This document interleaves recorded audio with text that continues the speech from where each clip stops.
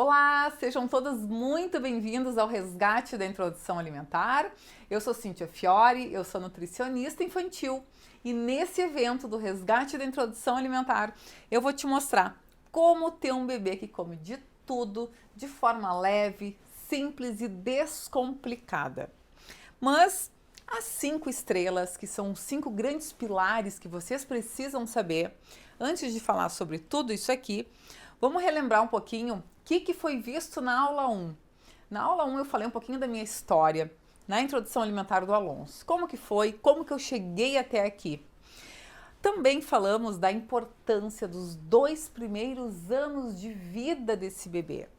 Como que eu consigo ter uma questão que eu consiga fazer com que esse bebê tenha uma saúde de ouro lá na frente. Ou seja, os primeiros 1000 dias de vida desse bebê. E também os 5 principais erros que você não pode cometer na introdução alimentar. Sugiro fortemente que quem não viu a aula 1, volta lá, que essa aula vai ficar gravada e reveja essa aula importantíssima. Então, em primeiro lugar, eu quero agradecer cada um de vocês, gente. Que prazer receber todos os comentários que vocês fizeram aqui embaixo. Estou tentando responder todo mundo, essa é uma meta que eu já falei, né, que eu não fico sem responder cada uma de vocês. Tô adorando saber de onde vocês são, a idade dos bebês de vocês e as suas histórias. É um agradecimento que eu faço assim do fundo do coração. Essa comunidade que está se criando, essa rede de apoio, né, que nós somos como mulheres, como mães, como família, é importantíssimo para que a gente tenha todo esse empoderamento materno aí na alimentação dos nossos filhos. Essas 5 grandes estrelas, vocês não podem deixar de entender que são 5 grandes pilares. Sem elas, vocês não conseguem evoluir na alimentação dos bebês. Vamos deixar um pouquinho de lado o achar que dar comida para bebê é só sentar a criança na nossa frente e oferecer comida. Não é por aí. Por isso que eu fui criando nesses últimos 5 anos todo um requisito básico para que tenhamos uma criança entretida com a alimentação. Uma criança que sinta o sabor dos alimentos como eles realmente são, para que lá na frente a gente tenha toda uma criança interessada com variedade alimentar. A gente quer o quê? Uma criança que cresça com saúde. Vamos lá então aos 5 grandes pilares aqui. Então, o pilar primeiro, é a base. Gente, a base da alimentação infantil é algo que, se a gente não sabe o que fazer nesse processo da alimentação, a gente não consegue evoluir. Vou dar um exemplo para vocês. Posso oferecer água para o bebê aos 6 meses, aos 12 meses, aos 13? Quando que eu começo a oferecer água para o meu bebê? Eu não posso achar que o suco precisa entrar de qualquer forma. Lembra? O suquinho da laranja-lima. Vamos iniciar a introdução alimentar do bebê com o famoso suquinho de laranja-lima. Isso é muito antigo e se perpetua essas informações erradas, que a gente sabe que não se oferece suco, pelo menos até os 12 meses de vida do bebê. Essa base muito bem formada, o que oferecer, como oferecer, quais os utensílios, como que eu sei que o meu bebê está pronto para iniciar a introdução alimentar? São variáveis que precisam estar completamente claras na visão de vocês. É como se vocês forem traçar um caminho e vocês soubessem exatamente que caminho a percorrer. Sem isso, vocês não conseguem evoluir, muito menos o bebê de vocês consolidar a alimentação. O segundo pilar, sono e alimentação. Gente, sono. Bebê, em primeiro lugar, se está com sono, ele não vai comer. Quem é que come aqui com prazer, com vontade, com gosto, morrendo de sono? Ninguém come, né? E um bebê que está aprendendo a se alimentar também não vai evoluir. Terceiro pilar, equilíbrio emocional. Isso é que vocês precisam saber. Vou avançar um pouquinho com vocês aqui. Os marcos de desenvolvimento do bebê. Os marcos de desenvolvimento é algo que eles têm que estar muito bem alinhado com cada idade do bebê. Como assim, Cíntia? Gente, os bebês vão crescendo e vocês precisam evoluir junto com eles. Caso contrário, vocês colocam tudo a perder. E as abordagens, montagem de pratinhos e cardápio. Então, gente, são 5 grandes pilares que precisam estar muito bem certos na cabeça de vocês. certo? Vamos lá então, vamos aprofundar um pouquinho, vamos lá. Para a base, como eu falei, lembrem a estrela número 1, o pilar número 1. A base, gente, se vocês estão vendo uma criança que não está feliz com a alimentação, uma criança que está ali sendo alimentada, mas ela não está querendo ficar presente no momento. Vocês podem ver por essas imagens que é uma criança que simplesmente ela não está usufruindo de forma feliz, de forma tranquila esse momento da alimentação. Vocês podem ver que é uma criança que está sendo forçada, a colher sendo inserida e ela não quer estar ali, isso é nítido. E isso é o que a gente vê muito no dia a dia, com pitacos errados de que deixa, uma hora vai comer, não te aflige, fica assim, deixa assim. Quando vê a criança está lá com 1 ano, 2 anos e ainda essa grande luta, essa grande frustração. Aqui também temos uma criança que nitidamente ela não quer, né? Ela não quer ser alimentada dessa forma e a gente precisa saber como identificar a forma que a criança quer se alimentar, caso contrário, não dá certo. Essa criança aqui, né, que tem cerca de 18 meses, ela está recuando, ela está com uma inclinação negativa perante aquele alimento que está naquele garfo. Então, a inclinação positiva de um bebê com uma alimentação, a gente já tem bons indícios de que é uma criança que está feliz, que é uma criança que está tendo uma relação positiva e, consequentemente, resultados lindos a gente vai colher lá no futuro. Caso contrário, a gente não tem. Essa foto eu trouxe de forma proposital para que vocês vejam que essa criança, eu já identifiquei vários erros só batendo o olho nessa foto aqui. É uma criança que está com uma posição inadequada, ela não está com uma posição correta para fazer a deglutição, engolir o alimento de forma correta, provavelmente tem menos de 6 meses e também essa criança ela não está por inteira nesse momento. Para mim é muito nítido, né? E eu vejo isso há muitos anos, o quanto a gente consegue evoluir com a criança na alimentação quando a gente tem uma criança próspera no momento da refeição. Que é completamente diferente dessas fotos aqui que vocês estão vendo. Nessas fotos a gente vê uma criança feliz, uma criança responsiva, que a gente vê que ela está indo ao encontro do alimento. Uma criança que está levando o alimento à boca, uma criança que está com essa autonomia e a gente vê, é diferente, todo o visual, as características da criança é completamente diferente de uma criança que tem uma boa relação com a alimentação. Aqui eu tenho uma criança que foi oferecido autonomia para ela com o alimento, obviamente com corte correto, textura correta, para que ela se alimente. Então a gente sente, né, no ar isso aqui, essa foto aqui também com a mãe, a gente sente interação, a gente precisa de interação com o cuidador.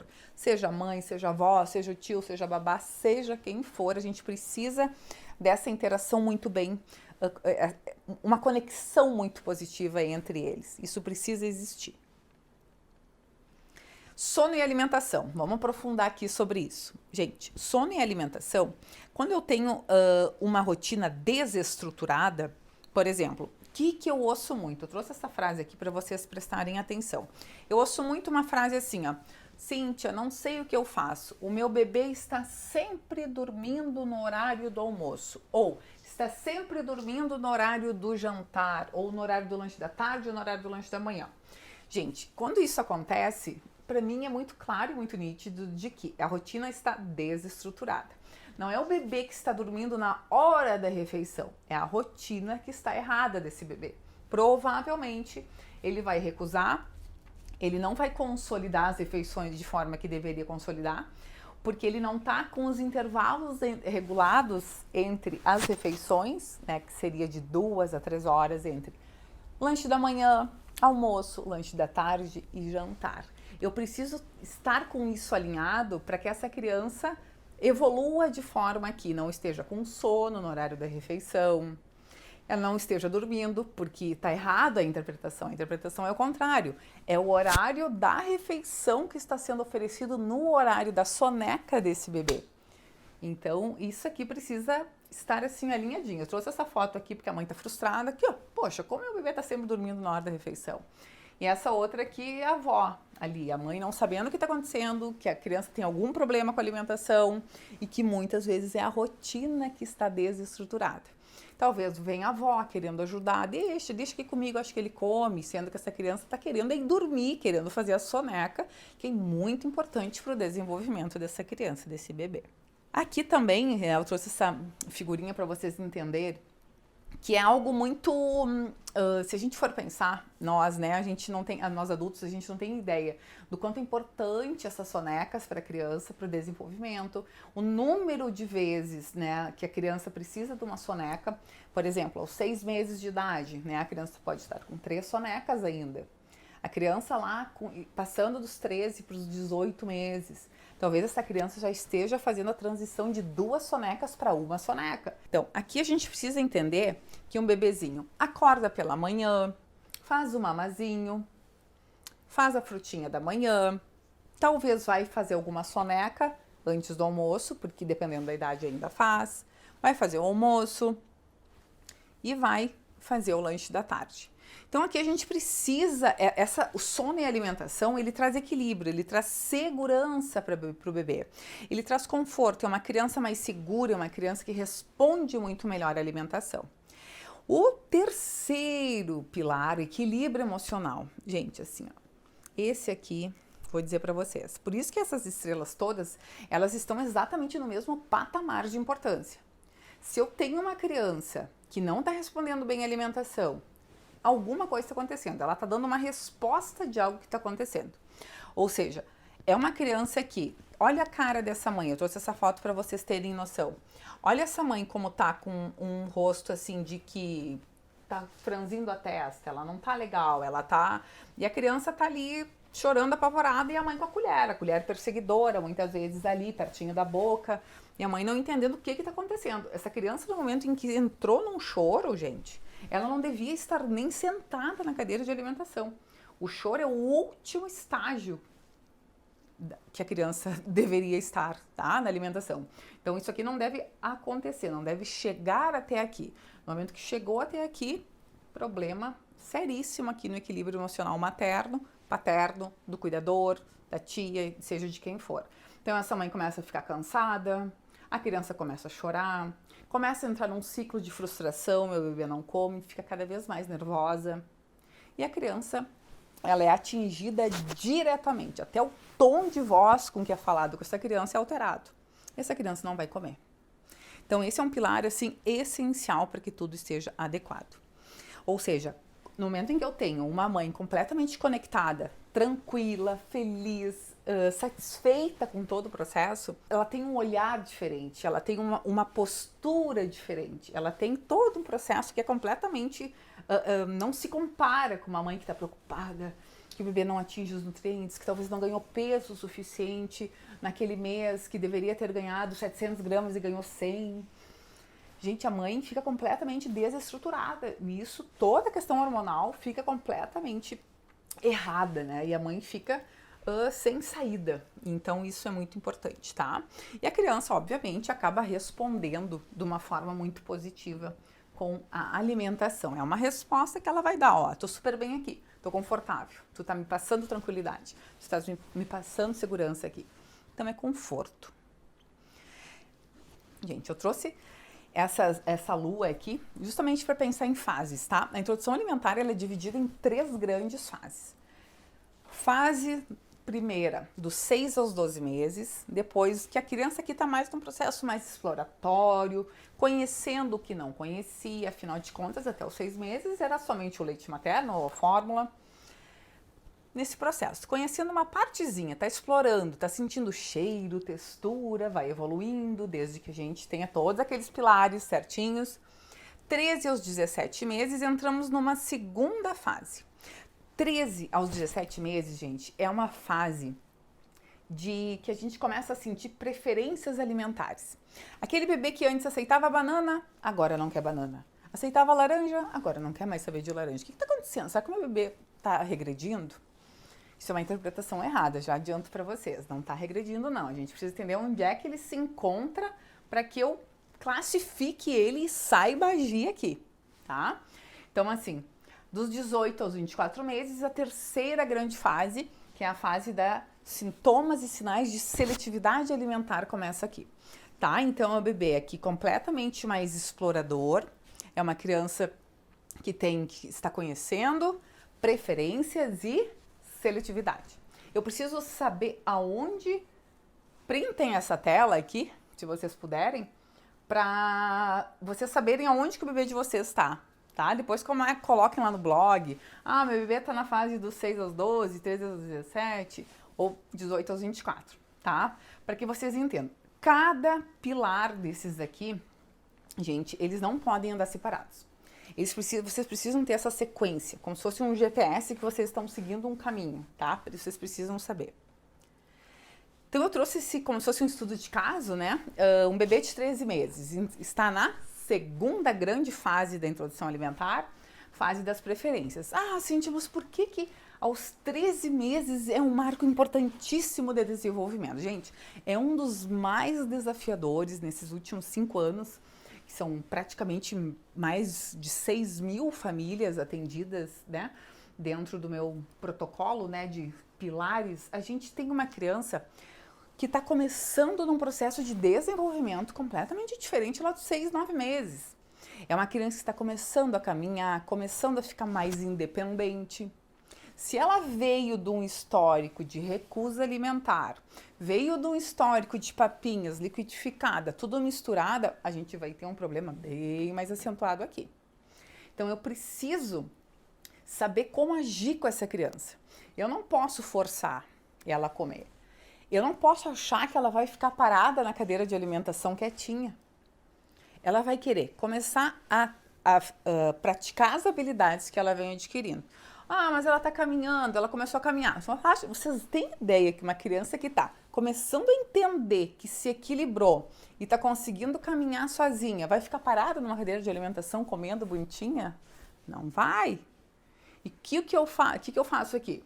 Eu deixo essa criança presa na cadeira ou tiro essa criança da cadeira de alimentação e coloco em outro lugar para comer? Então eu preciso saber que passo que eu dou com essa criança para que eu não tenha ela fugindo do momento da refeição. Eu preciso de uma criança ativa, eu preciso de uma criança que esteja feliz indo no piquenique, catar o morango, catar um alimento aqui. Tá? Eu preciso ter essa criança ativa, eu não posso afastar ainda mais ela do momento da refeição, caso contrário, tudo a perder. Então, né, eu trouxe como se fosse um caminho aqui, né, como se fosse um GPS, né, numa estrada. Tentem imaginar que isso é uma estrada, que o bebê começou a introdução alimentar lá aos 6 meses, 9 meses é um marco importantíssimo, a criança começa a se segurar sozinha, tentar se levantar, fazer a marcha lateral, que é andar para o ladinho assim. Ela começa tendo a praticar o movimento de pinça, que ela começa a adquirir um movimento mais fino e algo acontece na alimentação aqui. 13 meses, desafiador, 18 meses, super desafiador também. E os famosos 2 anos. Então temos aqui, gente, na 4ª estrela, esse pilar dos marcos de desenvolvimento. Vocês precisam saber, vocês não podem achar que essa rota tem que vir para cá ou tem que vir para baixo. Vocês precisam alinhar para ter uma criança que come de tudo, né, que cresça com saúde, que se desenvolva, né, de forma excepcional, tá? E a 5ª grande estrela é a gente saber, vocês saberem que nem sempre o bebê vai querer receber o alimento na colher. Aqui entram as abordagens, como que eu monto os pratinhos do bebê, que alimento, que nutrientes que eu tenho que colocar dentro de um pratinho para que ele tenha os nutrientes necessários, tanto micronutrientes, que são vitaminas, minerais, e os macronutrientes, que são os carboidratos, as proteínas, as gorduras. Que alimento que o meu bebê precisa ter para se desenvolver de forma adequada. Então isso é muito importante, vocês têm que saber isso aqui. E saber que, dentre as abordagens, eu posso ter o BLW, eu posso ter a papinha, introdução alimentar tradicional, e nesse meio termo aqui eu tenho a introdução alimentar participativa, que eu posso ter um bebê com autonomia, sim, mesmo que exista intervenção do cuidador. Certo? Então não existe um certo e não existe um errado. Existe o melhor que se ajusta àquela realidade da família. Ouço muito por aí. eu preciso que o meu bebê faça BLW, eu acho lindo que a gente tenha um bebê mais passivo. Eu não vou ter sucesso no BLW. Ah, mas eu não quero que o meu bebê, quem se identifica aí, coloca no blog aqui pra mim embaixo. Eu não quero que o meu bebê faça BLW, eu tenho um morro de medo que ele engasgue. Eu não vou dar alimento em pedaços pra ele de jeito nenhum. Eu quero alimentar com a colher porque eu sei que assim eu vou ter segurança dele não engasgar. Isso é um erro, já adianto pra vocês, isso é um grande erro, porque em primeiro lugar, não existe um aumento no risco de engasgo se eu ofereço o alimento com corte correto e textura correta, de acordo com a idade. Esse é o primeiro ponto. Então, eu preciso saber como que eu vou fazer esses cortes. Por exemplo, aqui eu trouxe uma foto de um abacate. Um bebê de 6 meses, eu vou fazer um corte em formato de bastão, por exemplo. Um bebê, a partir dos 9, 10 meses, eu posso já cortar em pedacinhos pequenininhos para esse bebê pinçar. Pegar com a pinça, que é esse movimento aqui. Ou eu posso oferecer o alimento misturado. Posso amassar? Posso fazer de que forma? Então eu preciso ter esse conhecimento para que eu não tenha aumento no risco de engasgo, para que eu não tenha uma criança, né, que possa correr risco aqui, tanto de saúde quanto, né, obviamente, de ter uma tragédia aqui, né? E vamos lá então. Eu acho tão lindas essas fotos, que são fotos que representam muito, né, o que foi criado, né, por mim, assim, a base muito bem feita de uma criança que pode e deve se alimentar junto com a família, desde que eu corrija, né, algumas questões de textura. Eu não vou oferecer uma beterraba crua para um bebezinho, mas eu posso ter a mesma comida do bebê para a família. Né? Então aqui tem um pratinho, né, que eu trouxe um exemplo de grupos alimentares e a comida da família, exatamente a mesma comida da família, aqui num formato mais de alimentos amassados, né? Mas a gente precisa saber que precisa evoluir também para que eu não tenha problema de mastigação e da fala dessa criança lá na frente. Preciso saber evoluir. E aqui tem um pratinho com grupos alimentares, então, num formato mais que o bebê se autoalimente. Então, formatos de bastão, grupos alimentares coloridos, proteína, carboidratos, legumes, verde, né? Então tem que estar tudo muito adequado para que eu fique tranquila para seguir essa abordagem aí muito bem segura de tudo, né?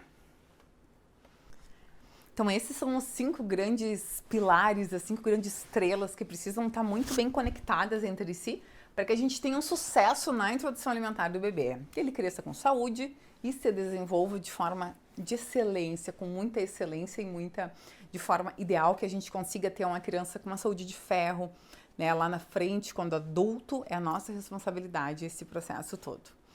E tem muita gente perguntando, gente, quando que eu vou abrir uma nova turma do meu protocolo, do meu programa. No momento, as inscrições ainda não estão abertas.